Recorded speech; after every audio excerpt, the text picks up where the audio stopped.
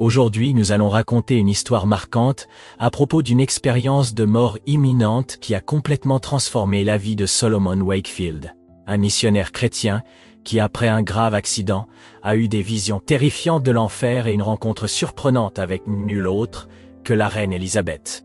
Préparez-vous pour un intense voyage spirituel, mais avant de commencer, laissez-nous un commentaire nous disant depuis quelle ville vous regardez.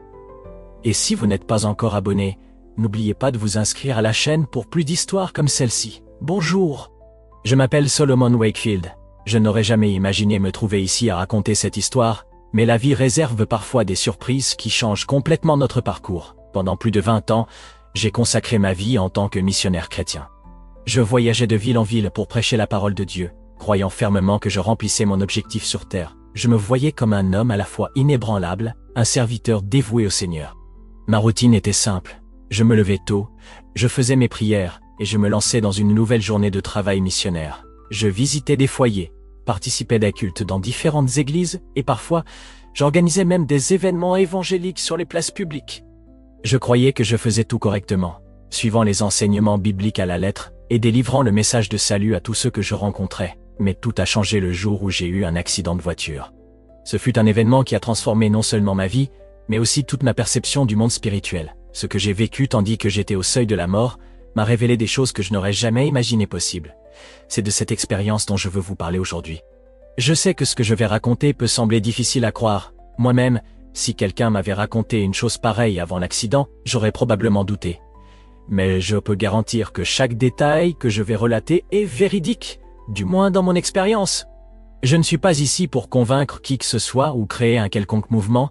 Je suis simplement un homme ordinaire qui a traversé quelque chose d'extraordinaire et ressent le besoin de le partager. Je vous demande d'écouter mon récit avec un esprit ouvert.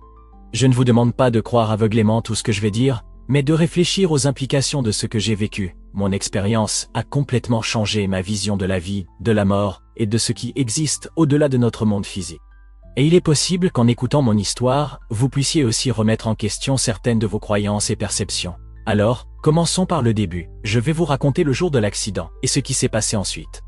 Préparez-vous pour un voyage qui défie tout ce que nous pensons savoir sur la réalité. C'était un après-midi comme un autre. Je conduisais sur la route, quittant une petite ville dans l'intérieur de la France, en direction d'une autre ville où j'allais prêcher. Le ciel était clair, le soleil brillait, et je me sentais en paix. La radio de la voiture jouait une musique de louange, et je fredonnais doucement, remerciant Dieu pour une autre journée de travail dans son œuvre. Je me souviens avoir pensé au message que j'allais partager lors du culte de ce soir-là. J'étais tellement absorbé par mes pensées que je ne me suis pas rendu compte que je me rapprochais d'un virage serré. Quand je m'en suis aperçu, il était déjà trop tard. La voiture a dérapé et j'ai eu l'impression que le temps s'était ralenti. J'ai vu le monde tourner autour de moi, tandis que le véhicule faisait des tonneaux à plusieurs reprises. L'impact a été brutal. J'ai senti une douleur aiguë parcourir tout mon corps, puis plus rien. Le silence a tout envahi. Un instant, j'ai pensé que j'étais mort. Mais alors, quelque chose d'étrange s'est produit. C'était comme si je flottais, observant la scène de l'accident d'en haut. J'ai vu mon corps coincé dans la carcasse de la voiture, du sang coulant d'une coupure sur mon front. Des gens ont commencé à se rapprocher, criant pour demander de l'aide. Je voulais leur dire que j'allais bien, que j'étais là-haut. Mais personne ne pouvait m'entendre ou me voir. C'est à ce moment-là que j'ai réalisé. J'étais en train de vivre une expérience hors du corps. C'était comme si ma conscience était séparée de mon corps physique. Les ambulances et les paramédics sont vite arrivés. J'ai vu quand ils m'ont sorti de la voiture et commencé les procédures d'urgence. J'ai entendu l'un d'eux dire « Il est dans un état critique. Il faut l'emmener à l'hôpital immédiatement. » Je voulais crier, dire que j'étais là, que je pouvais tout entendre, mais c'était impossible. Pendant le trajet vers l'hôpital, je flottais au-dessus de l'ambulance, observant tout. Les paramédics luttaient pour maintenir mes signes vitaux stables. Je pouvais sentir l'urgence dans leur voix, la peur dans leurs yeux. C'est alors que j'ai compris la gravité de la situation. Je me battais pour ma vie. Arrivé à l'hôpital, j'ai été conduit directement en salle d'urgence. Les médecins et les infirmiers se déplaçaient rapidement, me connectant à des machines, administrant des médicaments. J'entendais des termes médicaux que je ne comprenais pas, mais je savais que ma situation était critique. C'est alors que quelque chose d'encore plus étrange a commencé à se produire. L'environnement autour de moi a commencé à changer. Les murs de l'hôpital semblaient se dissoudre. Et je me suis retrouvé dans un lieu qui n'était ni ici, ni là. C'était comme être suspendu entre deux mondes, le physique et le spirituel, alors que mon corps gisait inconscient sur le lit d'hôpital. Ma conscience semblait errer dans un espace indéfini. C'était comme être dans un rêve, mais bien plus vif et réel. Je pouvais voir la chambre de l'hôpital, les médecins travaillant sans relâche pour me maintenir en vie. Mais en même temps, je percevais l'autre réalité se superposant à celle-ci. C'est alors que j'ai remarqué, je n'étais pas seul dans cet espace entre les mondes. Il y avait d'autres présences autour de moi, certaines réconfortantes, d'autres terrifiantes. J'ai vu des figures lumineuses qui semblaient irradier paix et amour. Étaient-ce des anges? Mais il y avait aussi des ombres sombres qui se déplaçaient de manière menaçante, émanant une sensation de peur et de désespoir. Soudain, j'ai réalisé que je pouvais voir au-delà des murs de l'hôpital. C'était comme si tout le bâtiment était devenu transparent.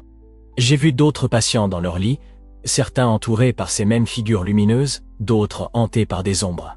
J'ai compris que j'étais en train de témoigner d'une bataille spirituelle normalement invisible à nos yeux. J'ai observé comment certaines de ces créatures sombres, que je ne peux décrire que comme des démons, s'approchaient de personnes qui semblaient être à l'agonie. Elles portaient des chaînes et riaient de manière grotesque, comme si elles prenaient plaisir à la souffrance humaine. Ce fut une vision qui m'a rempli de terreur, mais ce qui m'a le plus effrayé, c'est une figure qui s'approchait lentement. C'était une présence imposante, enveloppée dans des ombres plus denses que les autres, d'une manière ou d'une autre. Je savais que c'était la mort elle-même. Elle se déplaçait à travers l'hôpital, s'arrêtant brièvement à côté de certains lits. Chaque fois qu'elle faisait cela, je voyais l'âme du patient se détacher du corps. Je voulais crier, avertir ces personnes, faire quelque chose pour empêcher ce qui se passait. Mais c'était comme si j'étais un simple spectateur, incapable d'interférer avec ce que je voyais. L'impuissance que j'ai ressentie à ce moment-là était écrasante. Alors que j'observais cette scène surréaliste, j'ai remarqué que le sol de l'hôpital semblait s'ouvrir à certains endroits, révélant des trous noirs qui aspiraient les âmes de ceux qui décédaient. C'était comme si l'enfer lui-même ouvrait ses portes, là, au milieu de cet hôpital. Le temps semblait ne pas exister dans cet état. Je ne peux pas dire combien de temps je suis resté là, à témoigner de cette guerre spirituelle invisible. Cela aurait pu être des minutes, des heures, ou même des jours. Tout ce que je sais, c'est que chaque instant semblait une éternité. Et pour semblait une éternité. C'est à cet instant de profond désespoir et de confusion que quelque chose d'incroyable s'est produit. Une lumière intense, plus brillante que tout ce que j'avais vu auparavant, s'est rompue dans l'environnement. Elle était si forte que même les ombres les plus denses semblaient reculer. Et de cette lumière est apparue une figure majestueuse, un ange. Sa présence était à la fois réconfortante et intimidante. Il irradiait une autorité qui a fait reculer toutes les autres créatures, bonnes et mauvaises. Un instant, j'ai pensé qu'il était venu pour me sauver, pour me ramener à mon corps ou peut-être à un endroit meilleur, mais quand l'ange a parlé, j'ai réalisé que j'avais tort. Il n'était pas venu pour me réconforter, il était venu pour me juger.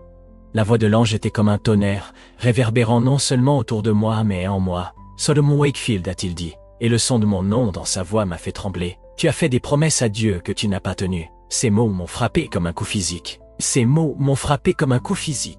Je voulais argumenter, dire que j'avais consacré ma vie à servir Dieu, que j'avais voyagé dans tant de lieux pour prêcher sa parole.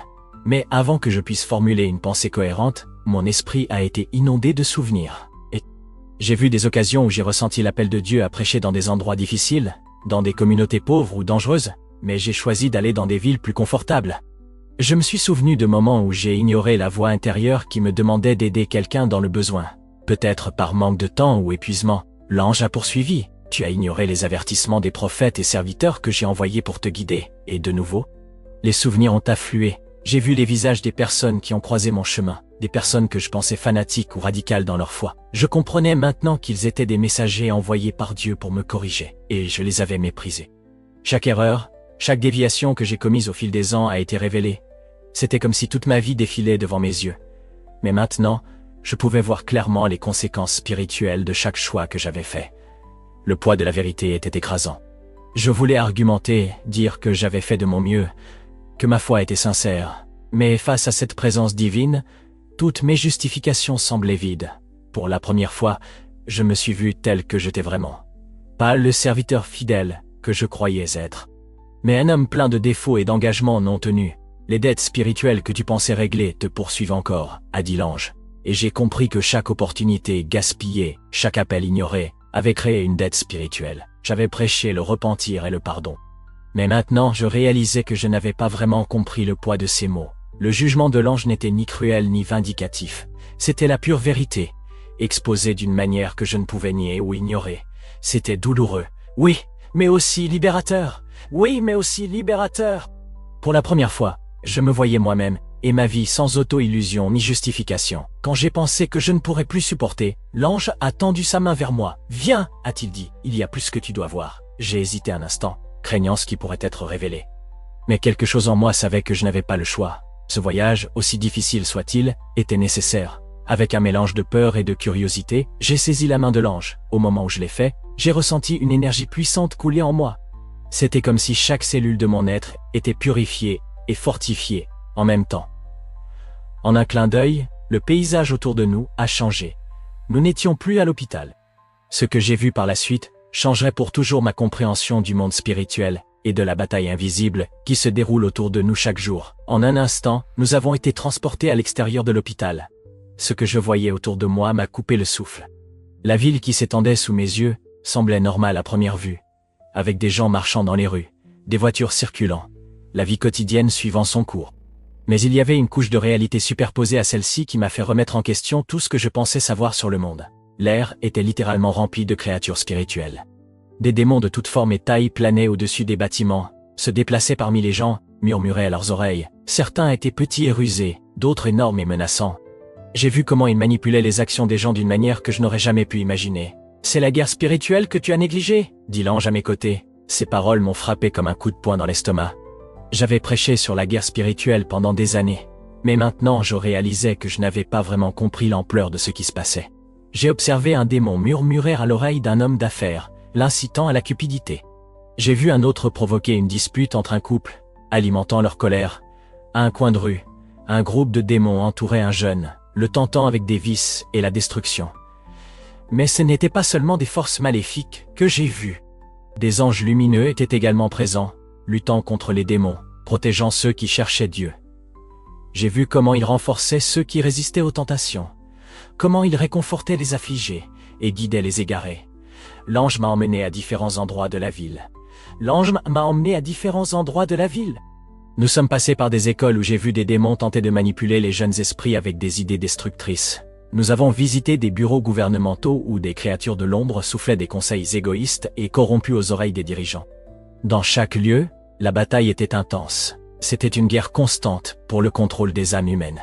Une lutte qui se déroulait à chaque seconde dans chaque décision que les gens prenaient.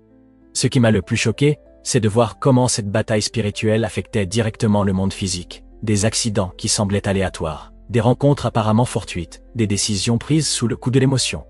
Tout avait une dimension spirituelle que je n'avais jamais perçue auparavant. « Tu prêchais » dit l'ange. « Mais tu ne voyais pas le véritable champ de bataille. » Ces paroles m'ont profondément atteint.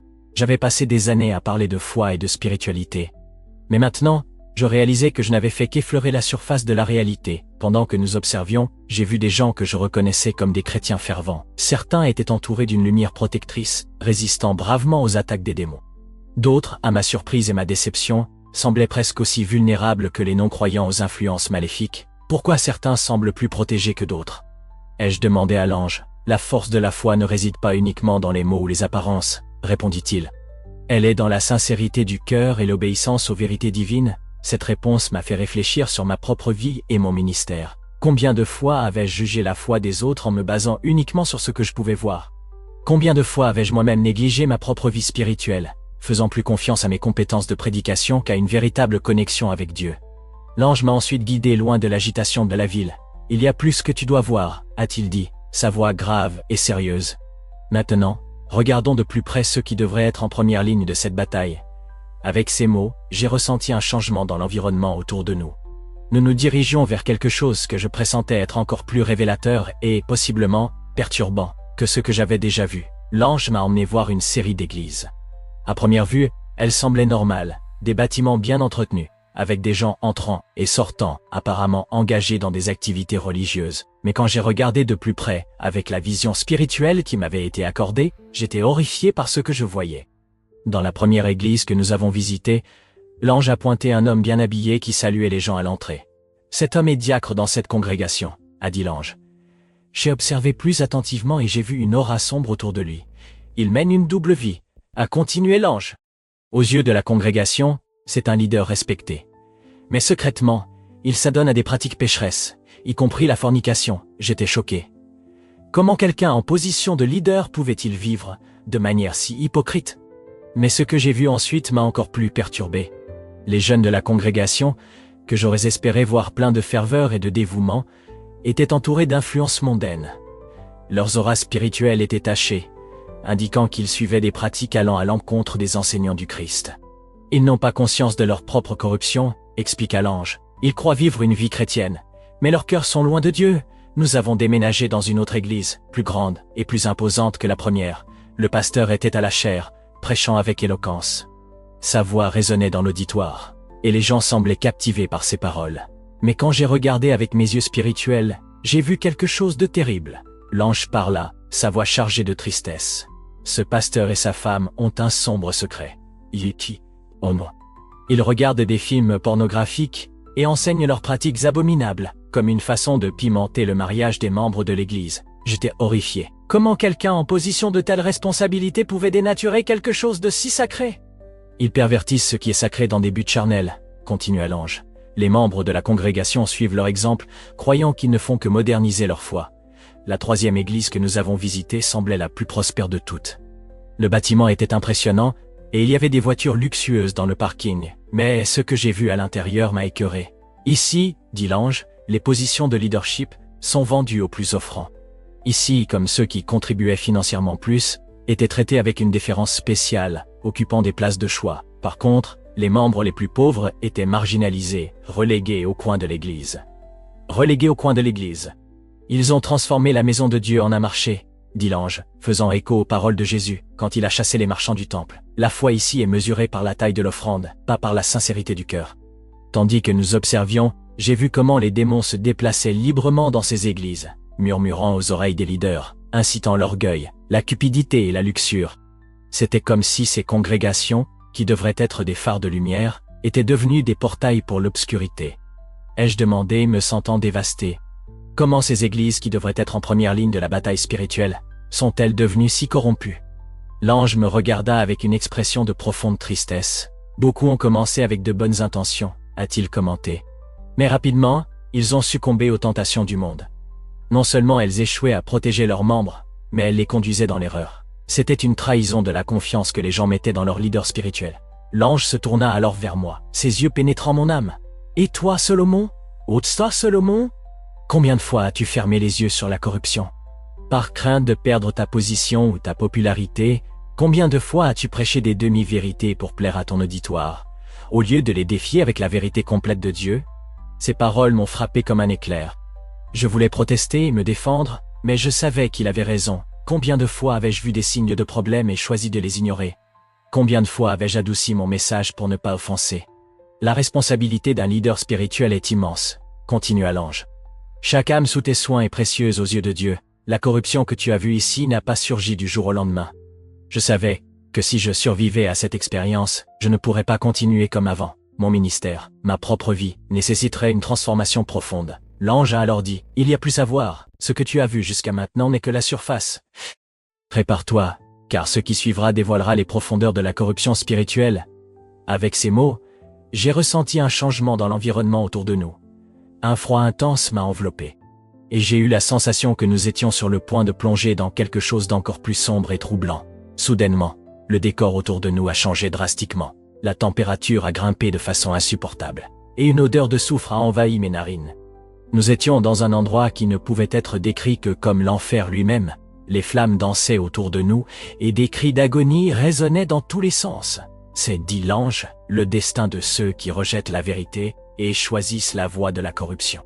Tandis que nous marchions dans ce lieu terrible, j'ai vu des âmes torturées de manière qui m'ont donné envie de détourner le regard, mais l'ange a insisté pour que j'observe. Il est nécessaire que tu vois la conséquence ultime du péché et de la rébellion contre Dieu, il a dit. C'est alors que j'ai aperçu quelque chose qui m'a laissé stupéfait. Au milieu d'une caverne de souffrance et de douleur, j'ai reconnu un visage familier. C'était la reine Élisabeth. J'étais choqué. Comment une figure si respectée pouvait-elle être dans un endroit pareil? Beaucoup sont les secrets des puissants, dit l'ange, percevant ma confusion. La reine Élisabeth a conclu un pacte secret avec des êtres qui ne sont pas de ce monde, pour maintenir son pouvoir et son influence. Il m'a expliqué que ces êtres, que nous pourrions appeler extraterrestres, avaient une agenda de manipulation mondiale. La reine, dans sa quête de pouvoir, s'était alliée à eux, devenant ainsi partie d'un schéma visant à contrôler l'humanité. Elle a caché la vérité au monde, continua l'ange. Elle a collaboré avec des forces maléfiques qui cherchaient à asservir l'humanité. Maintenant, son âme souffre des conséquences de ses choix. J'ai observé la figure qui fut un jour l'une des plus puissantes du monde, maintenant réduite à un état de souffrance éternelle.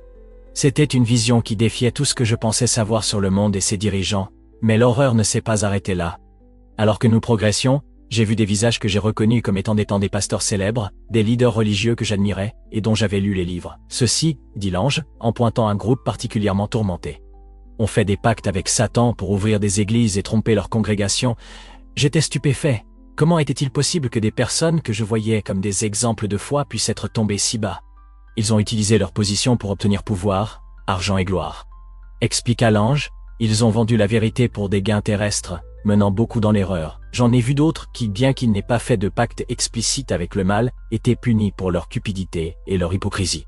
Des pasteurs qui prêchaient la prospérité, tout en vivant dans le luxe aux dépens de leurs fidèles pauvres, des leaders qui utilisaient la foi comme un moyen de contrôle et de manipulation. La responsabilité d'un leader spirituel est immense, dit l'ange. Ceux qui utilisent le nom de Dieu pour tromper et exploiter font face à un jugement plus sévère. Tandis que j'observais ces âmes en tourment, je ne pouvais m'empêcher de penser à ma propre vie et à mon ministère. Combien de fois avais-je été tenté par le désir de reconnaissance et de richesse? Combien de fois avais-je compromis la vérité pour plaire à mon auditoire?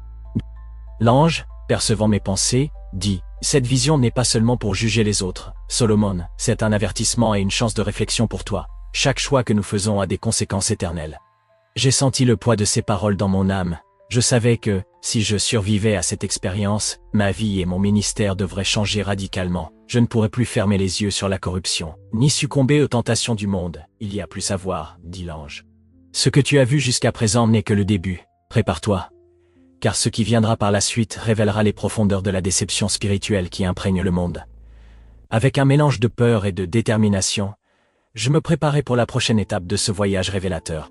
Je savais que ce qui allait suivre changerait pour toujours ma compréhension du monde spirituel et du rôle que je devais y jouer. Notre prochaine destination fut une église imposante, avec une congrégation nombreuse. À première vue, elle semblait être un lieu de culte authentique.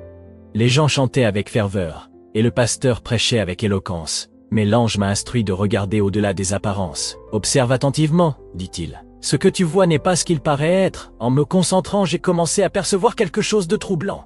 Le pasteur, qui quelques instants auparavant semblait rempli de l'Esprit Saint, émanait maintenant une aura sombre. Ses yeux, autrefois pleins d'amour, brillaient maintenant d'un intérêt prédateur. Cet homme, expliqua l'ange, est un sataniste déguisé en pasteur.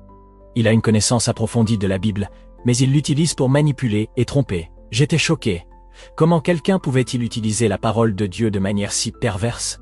J'ai observé de plus près, et j'ai vu comment il déformait subtilement les Écritures, insérant des mensonges au milieu de demi-vérités. Beaucoup dans cette congrégation sont spirituellement aveugles, continua l'ange. Ils suivent ce faux prophète sans questionner, croyant qu'ils sont sur le bon chemin vers le salut. J'ai vu comment les membres de l'Église absorbaient chaque mot du pasteur, leur visage illuminé d'une dévotion mal dirigée. C'était comme s'ils étaient sous un enchantement, incapables de discerner la vérité du mensonge. L'ange m'a emmené dans les couloirs de l'église, me montrant d'autres formes de tromperie. J'ai vu des leaders de cellules qui utilisaient des techniques de contrôle mental pour garder leurs membres soumis. J'ai vu des conseillers spirituels qui, en réalité, canalisaient des entités démoniaques. Ces faux ministres, dit l'ange, sont des maîtres dans l'art de la tromperie. Ils connaissent les Écritures mieux que beaucoup de chrétiens authentiques, mais utilisent ce savoir à leur propre fin perverse. J'ai observé comment ils mélangeaient des vérités bibliques avec des philosophies mondaines et des pratiques occultes. Le résultat était une doctrine toxique qui emprisonnait les âmes des gens, les éloignant du véritable chemin de Dieu. Mais pourquoi Dieu permet-il cela? Ai-je demandé, me sentant angoissé par ce que je voyais. L'ange me regarda avec sérieux. Le libre arbitre est un don précieux, répondit-il. Dieu permet à chacun de choisir son chemin. Ces faux ministres ont choisi la tromperie, et ceux qui les suivent ont choisi de ne pas chercher la vérité avec diligence. Alors que je réfléchissais à cela, l'ange me guida dans une autre partie de l'église. Là, je vis quelque chose qui me perturba encore plus. Un groupe de leaders était réuni dans une salle, discutant de stratégies pour étendre leur influence. Ceux-là, dit l'ange, sont les architectes de la tromperie. Ils planifient délibérément comment mélanger la vérité avec le mensonge pour créer des doctrines qui semblent bibliques, mais qui en réalité s'écartent de Dieu.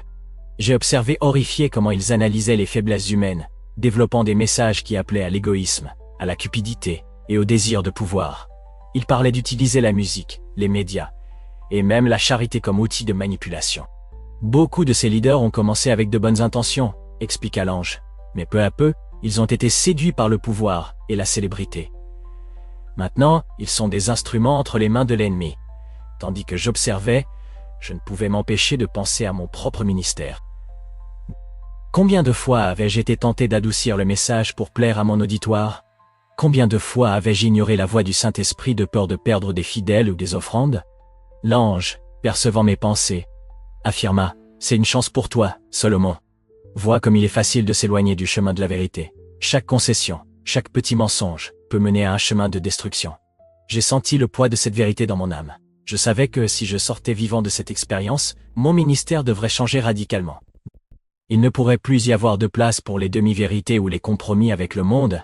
Il y a plus à voir, dit l'ange. La tromperie spirituelle prend plusieurs formes, et tu dois être conscient de chacune d'elles. Avec un mélange de crainte et de détermination, je me suis préparé pour la prochaine étape de ce voyage révélateur. Je savais que ce qui allait suivre changerait pour toujours ma compréhension du monde spirituel et de la responsabilité que j'avais en tant que leader. L'ange m'a emmené dans un grand auditorium, où un spectacle musical avait lieu. À première vue, cela ressemblait à un concert chrétien ordinaire, avec des gens chantant et dansant au son de musique apparemment inspirante. Mais quand l'ange m'a demandé de regarder plus profondément, ce que j'ai vu m'a horrifié. « Observe attentivement, dit-il. Vois comment les rythmes de l'enfer sont introduits dans les églises. » En me concentrant, j'ai commencé à percevoir quelque chose de troublant dans la musique. Derrière les mélodies joyeuses et les paroles apparemment pieuses, il y avait un rythme sombre, presque hypnotique. C'était comme si chaque battement était aligné avec les pulsions de l'enfer que j'avais précédemment témoignées. Ces rythmes, expliqua l'ange, tels que le rock, le rap et la samba, ont leurs origines dans le sous-monde spirituel. Ils sont utilisés pour corrompre les louanges et ouvrir les portes aux influences démoniaques. J'ai observé comment la foule réagissait à la musique. Beaucoup semblaient être dans une sorte de transe, leur corps se déplaçant de façon presque involontaire. J'ai vu des entités spirituelles sombres se déplacer parmi les gens, se nourrissant de l'énergie créée par la musique. La plupart de ces gens n'ont aucune idée du danger dans lequel ils se trouvent, dit l'ange. Ils pensent simplement profiter de la musique moderne à l'église, sans réaliser qu'ils ouvrent leurs âmes aux influences maléfiques. Alors que j'observais, j'ai vu que certains des musiciens sur scène avaient des auras particulièrement sombres. L'ange expliqua qu'ils avaient conclu des pactes avec des entités démoniaques, en échange de talents et de célébrités. Ils utilisent leurs dons pour séduire les âmes, dit l'ange. Leurs musiques sont comme des appâts, attirant les gens loin de la véritable adoration. Ensuite, l'ange m'a emmené dans les coulisses, où j'ai vu quelque chose qui m'a encore plus choqué. Des pasteurs et leaders de louanges discutaient de contrats et de valeurs de prestations.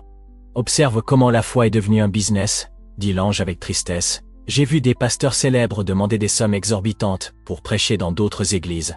Des musiciens gospel négociaient des contrats millionnaires avec des maisons de disques. Des leaders de louanges discutaient des stratégies de marketing comme s'ils vendaient un produit quelconque. Ceux-ci, dit l'ange, en pointant un groupe particulièrement animé, sont particulièrement détestés en enfer. Ils utilisent le nom de Dieu pour enrichir, transformant la foi en une marchandise. J'ai observé comment ils planifiaient des événements, créaient du merchandising et développaient des stratégies pour augmenter leur marque personnelle. C'était comme si la propagation de l'évangile était devenue secondaire à la croissance de leurs empires personnels. Beaucoup ont commencé avec de bonnes intentions, expliqua l'ange, mais peu à peu, ils ont été séduits par la célébrité et l'argent. Maintenant, ils sont plus des hommes d'affaires que des serviteurs de Dieu.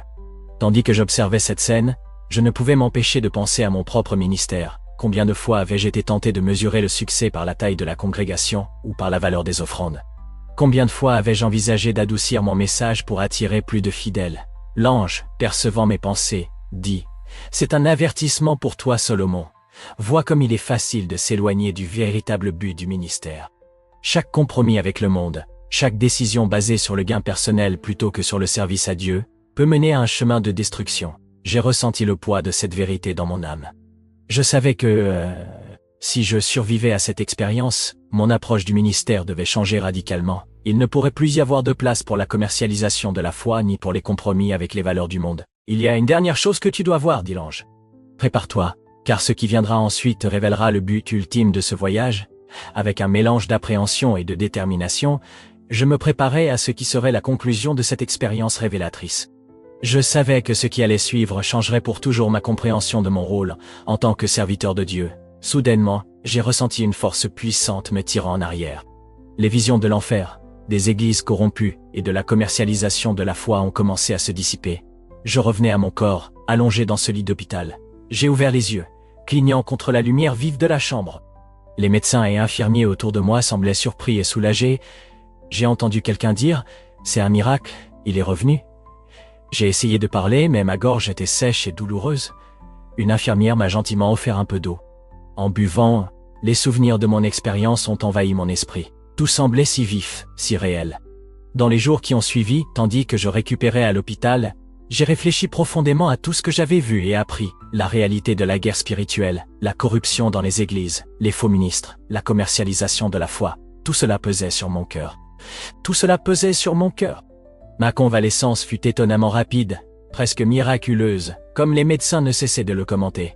Mais je savais que la véritable guérison devait se produire dans mon âme. Quand j'ai enfin reçu mon congé, je savais que je ne pouvais pas continuer mon ministère comme avant.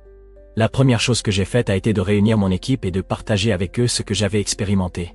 Certains sont restés sceptiques, d'autres effrayés, mais tous ont perçu le changement profond qui s'était produit en moi. À partir d'aujourd'hui, leur ai-je dit, notre ministère va changer radicalement. Nous ne chercherons plus les chiffres ou les contributions. Notre objectif sera uniquement la vérité de l'Évangile. Peu importe le coût, dans les mois qui ont suivi, j'ai mis en œuvre des changements significatifs. Nous avons abandonné les programmes qui étaient plus du divertissement que de l'édification spirituelle. Nous avons cessé de facturer pour des événements ou du matériel. J'ai commencé à prêcher des messages plus provocateurs, exposant les tactiques de l'ennemi et appelant les gens au véritable repentir. Comme prévu, beaucoup ont quitté l'Église, nos chiffres ont diminué, nos finances se sont resserrées. Mais ceux qui sont restés ont connu un véritable réveil, des vies étant véritablement transformées, des personnes se libérant de vices et de schémas pécheurs qui les emprisonnaient depuis des années. J'ai recommencé à voyager, mais cette fois pas pour prêcher à de grandes conférences. J'allais dans de petites églises, des communautés défavorisées, des lieux que j'aurais auparavant ignorés. Je partageais mon expérience et mettais en garde contre les dangers de la tromperie spirituelle. Tout le monde n'a pas bien reçu mon message. J'ai été accusé d'être fanatique, d'avoir perdu la raison à cause de l'accident. Certains leaders religieux m'ont qualifié d'hérétique, mais je savais que je ne pouvais plus me taire. Au fil des années, j'ai vu d'autres leaders être touchés par la même vérité. Un mouvement de réforme a commencé à émerger, avec des églises abandonnant les pratiques mondaines et retournant à la simplicité et à la pureté de l'Évangile. Aujourd'hui, en regardant en arrière, je vois comment cette expérience de mort imminente a été en réalité une nouvelle naissance pour moi. Elle a ouvert mes yeux à des réalités que moi, comme beaucoup d'autres, avais ignorées pendant longtemps. Je sais que mon voyage est loin d'être terminé. La guerre spirituelle se poursuit, plus intense que jamais. Mais maintenant, équipé avec la vérité qui m'a été révélée, je suis déterminé à rester fidèle jusqu'à la fin. Pour ceux qui lisent ou écoutent mon histoire, je laisse un appel. Ne vous laissez pas tromper par les apparences. Cherchez la vérité de tout votre cœur. Restez vigilants, car l'ennemi est rusé, et la tromperie vient souvent déguisée en lumière. Rappelez-vous toujours, la véritable foi ne réside pas dans des rituels vides, dans de la musique entraînante, ou dans des prêches éloquents. Elle est dans la recherche sincère de Dieu, dans l'obéissance à sa parole, et dans l'amour authentique pour son prochain. Que Dieu nous accorde le discernement en ces temps difficiles, et que nous puissions tous rester fidèles jusqu'à la fin.